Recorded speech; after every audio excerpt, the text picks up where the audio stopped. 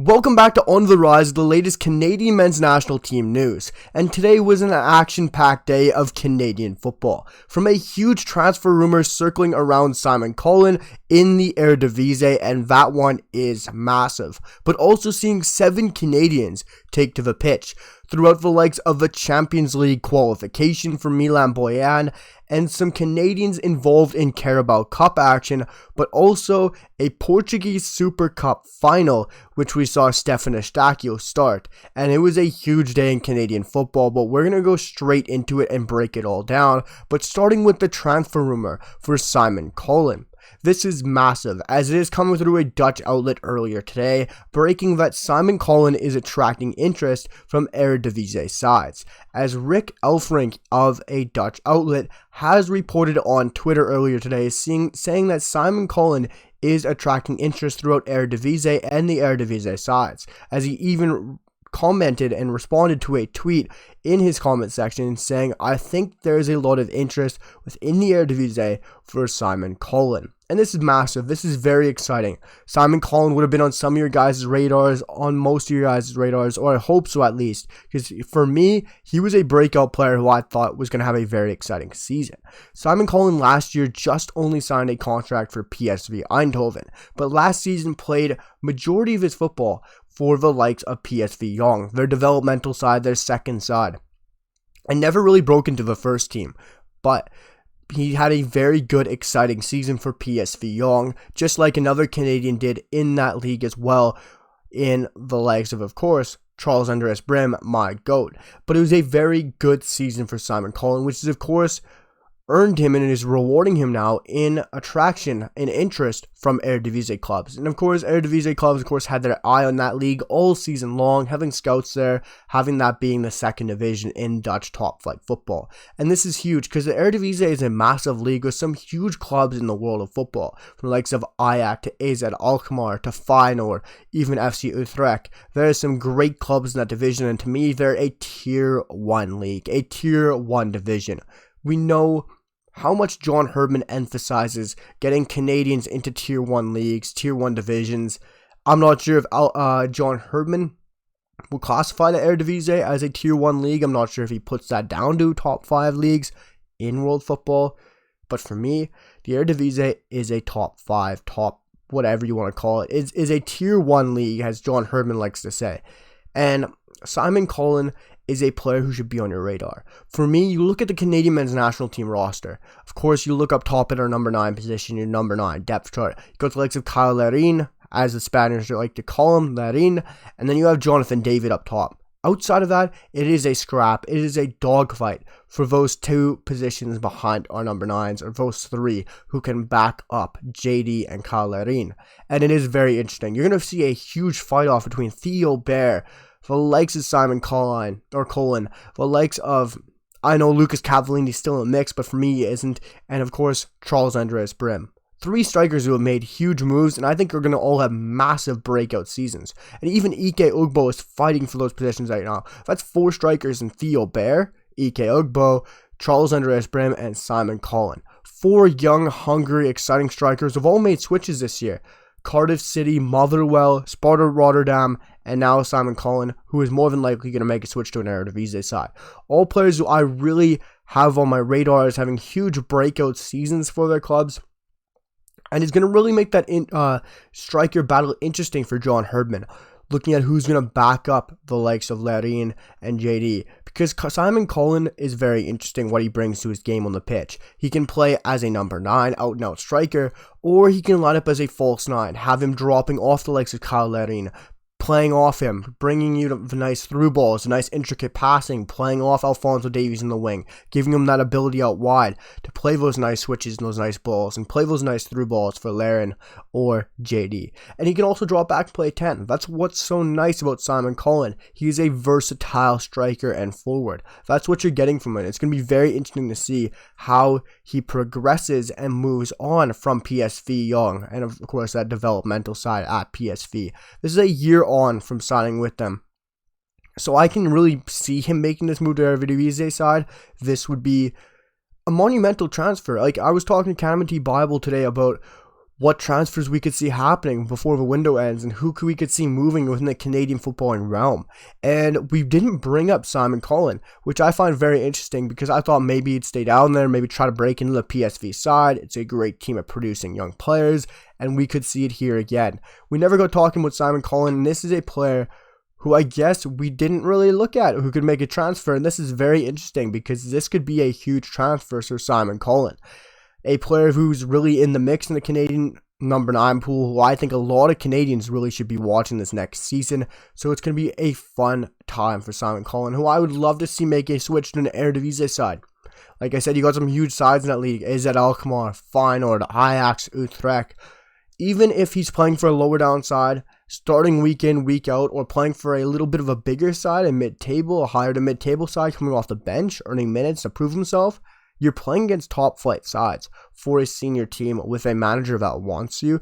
That is massive. It's better than staying in a developmental second division side, trying to battle it out, get into the first team. It's much better playing in the senior side in a tier 1 league with top players against top teams. That's so much better for your development, and I think this would be a huge transfer for Simon Colyn. But there was so much more going on in the world of Canadian football today, guys, and it was all in cup action, as we saw a Champions League qualification match for the likes of Milan Bojan, as his new side, who he transferred to this past summer in Slovan Bratislava, took to the pitch against Maccabi Haifa today in Champions League qualifications, and this was a huge one for Milan Bojan. He had a decent game, a not bad game, as his side, Slovan Bratislava, fell 2-1 at home to Maccabi Haifa, as Milan Bojan went to finish the game at a 6.9 rating. Nothing to harm on about, nothing to harp about. I know he's still our number 1 national team, whether we like it or not. Who knows, depending on your stance in the Canadian goalkeeping situation. We have so many exciting goalkeepers. No errors fell to Milan Bojan. None of the goals are his fault. I wasn't able to watch this game, so I don't know how he played for some of his saves, how he truly was. But by stats, he had a very decent game, and no errors were down to his fault. So Milan Bojan, it's going to be very interesting to see how they can do and travel away to Maccabi Haifa, always a team that challenges for Champions League qualification. Maccabi Haifa is always an interesting one to beat in qualifications. They're always in Champions League. You always see them battling it out, making that last spot in the group stage, hitting that 4th pot. You always see them make it out of qualification, or they're one of those better sides who battle it out in Europa League. It's very interesting to see how Maccabi Haifa fare, and the fact that they're taking a lead home, Milan Bojan's got a lot of work for his side to do going away to Maccabi Haifa. So that's going to be a very interesting one to watch out for. And if you guys watch that game, if you guys got any comments on Milan Bojan's performance, if you happen to see it, let me know down below in the comments, and I would love to hear about it. But a player that is a true Canadian center back, one of my favorite on the roster, who I think is very exciting and is one of our best team, in Scott Kennedy. Playing for his new side in the second game of the season for Wolfsberger AC, took to the pitch in a match that they were not predicted to win, against SK Austria Klagenfurt. And they were away, going to Klagenfurt, going away from home, and they pulled off a 2-2 result. This is a very good result for the likes of Wolfsberger AC, a very even match between Austria Klagenfurt and Wolfsberger AC. This game could have went either way, but the fact of getting a point away from home, it's always huge for Scott Kennedy and his side. He went the distance, played the full 90. He didn't have the greatest of games, finishing on a 6.8 match rating, but defensively, his stats were a rock, having 4 clearances, 2 headed clearances, 3 interceptions, and 6 recoveries, along with 5 out of 8 ground duels won, and 5 out of 8 aerial duels won. Scott Kennedy had a very decent game, even though stats don't say it as much, and even won 3 fouls for himself. It's a very decent return from Scott Kennedy. He's had two starts for his new side in Wolfsberger AC. They currently sit on 4 points to start the season off. And it's a very good start to a new home, a new league. Of course, they sit behind the likes of Sturm Graz and Red Bull Salzburg, the 2 top teams in the Austrian First Division flight. And they're tied with, of course, Austria, Klagenfurt, who they just tied, and Rapid Vienna. The top sides are all where they should be in that league. And it's going to be very interesting to see when they do face the likes of Red Bull Salzburg and Sturm Graz, how Scott Kennedy is able to fare when he plays those top teams in that league. But Moving on from a bit of league action, we're going to go straight to the Carabao Cup in England, where it was very interesting. We saw 3 players within England, and we're going to start off with the big match of the day, where we saw 2 Canadians take to the pitch in Cardiff City and Colchester United. And you're going to be asking me, who's that second Canadian? We know that Ike Ugbo is playing for Cardiff City, but who's that other Canadian playing? It was Owen Goodman, a Canadian dual national who I myself even had to be reminded about through CanMNT Bible on Twitter. And Owen Goodman, the Canadian dual national between Canada and England, took to the pitch for Colchester in net today. The young 19-year-old had a very good game for Colchester, having 7 saves, getting a 7.1 rating even for 7 saves, having 10 recoveries, 3 throwouts, 4 saves inside the box. Incredible game for a side that was completely on the back foot. Cardiff City dominated this match. They went on to win this game in penalties, no fault to Owen Goodman, who stood on his head. Cardiff City ran this match with 61% possession, 2.74 XG, 22 shots, and 5 big chances. Colchester converted on their only chances all match, and they did very good to do so. But in the penalty shootout, they completely fell apart, and it just wasn't their chance. It wasn't their day, and unfortunately they fell to Cardiff City. But unfortunately not, because the Canadian in Ike Ugbo started on the bench, finished as the hero, came on, scoring the winning penalty for Cardiff City in their 2-2 draw, which sent them to penalties, and Ike Ugbo finished them off, winning the game for Cardiff City. And he's truly going to be becoming a Cardiff City legend very soon. That's 2 goals, 3 goal contributions in 2 games. You can count the penalty if you want, but it's a game-winning penalty. Big up Ike Ugbo. That's a huge confidence booster once again. Get in front of the penalty, finishing his dinner, and that is massive. And it looks like Canadians keep scoring penalties. You got the likes of Kamal Miller doing it, and you also got now Ike Ugbo placing away his penalty. But even more news in the Carabao Cup.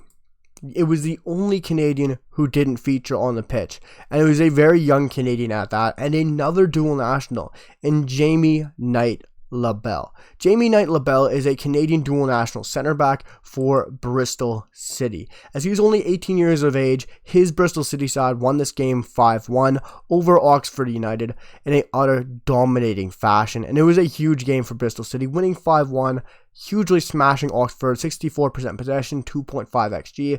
But Jamie Knight-Labelle, he's a very exciting young Canadian center back and a dual national who's 18 years of age and never got his chance today, but I really hope cup competition involved, playing in the league, eventually he will find some game time for Bristol City, and I hope he can pick it up and play very well and play consistent game time for the club. And the very interesting thing is here, it's amazing to see him on the bench.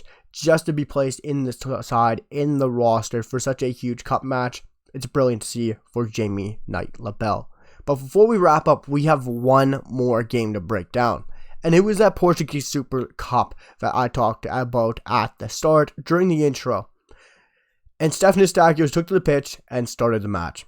There's not a whole lot to talk about from a Eustaquio point of view and a Canadian point of view here. It's an unfortunate day out at the office for the CanMNT man for Eustaquio, as his side fell 2-0 to Benfica, who I think will be winning the league, and Benfica and FC Porto are not the side who's going to win it. I think Benfica have a tremendous roster. I'm not surprised they won this Super Cup. You got the likes of Angel Di Maria, who scored the goal, was the man of the match. You got the likes of Antonio Silva with Nicolas Otamendi in the back line, Orkun Kochu, Rafa Silva. It's a fantastic Benfica side. But from a Canadian perspective, it wasn't Eustaquio's day. Picking up a yellow card, having a 6.3 match rating, and only going 65 minutes. Yes, I get that they're just starting up, and this is their start up to their league season. But Eustaquio, he's going to find his form. He's getting a start in a huge cup match, and it's very exciting. I know some leagues can play this off as a glorified friendly, so it's very interesting to see how he went. He went 65 minutes. His midfield partner in Grujic went 70. So both midfielders are getting into form, getting into fitness. I'm not going to slag on Eustaquio for a bit of a poor performance for a 65 minute match. It was getting some fitness under his belt, getting back into the start of the season, getting back into the swing of things, and falling in the cup, the Super Cup. it's no skin off their nose. They're going to want to win the league, and they're going to want to challenge Benfica this season. It was a very interesting day in Canadian football, but the main news was around Simon Colyn, another Canadian who could make a massive transfer. And let me know where you guys think Simon Colyn will end up, and what you guys thought of the Canadian matches today, and on your opinions on the Canadian footballers who took to the pitch. Make sure to leave a comment down below. Let me know your guys' thoughts on the daily uploads and breaking down all the news in the world of Canadian football. Hit that like button and drop a sub, and I'll see you guys for the next one. Peace.